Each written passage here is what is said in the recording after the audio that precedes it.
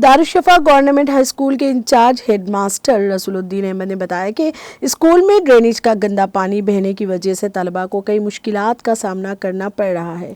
उन्होंने बताया कि स्कूल के अंदर से ड्रेनेज की पाइपलाइन है जिसका गंदा पानी मूसा नदी में जा गिरता है। उन्होंने बताया कि GHMC की मुबैना लापरवाही की वजह से गुज़िश्ता 1.5 साल से इस स्कूल में गंदा पानी दाखिल हो रहा है, जिसकी वजह से स्कूल में ज़ेर तालीम गरीब तलबा को काफ़ी दुश्वारियों का सामना करना पड़ रहा है और उनकी सेहत मुतासिर हो रही है। इंचार्ज हेडमास्टर ने बताया कि हुकूमत की जानिब से गरीब बच्चों को ज़ेर तालीम से आरास्ता करने के लिए करोड़ों रुपए सर्फ करती है, लेकिन स्कूलों में साफ सफाई पर कोई तवज्जो नहीं दी जाती। उन्होंने कहा कि चंद अफसरों की नाअहली की वजह से हुकूमत को बदनामी का सामना करना पड़ता है।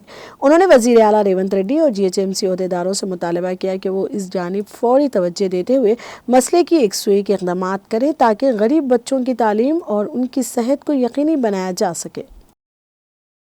मैं Mohammed Maqsooduddin Ahmed, incharge headmaster government high school Darushifa Hyderabad Bahadurpura zone.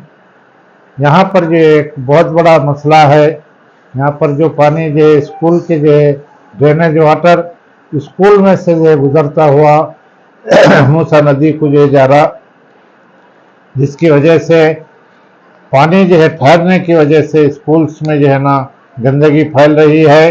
तकरीबन जो है बारिश के दिनों में तो पानी जो है स्कूल में जो है दाखिल होता है क्लासेस में।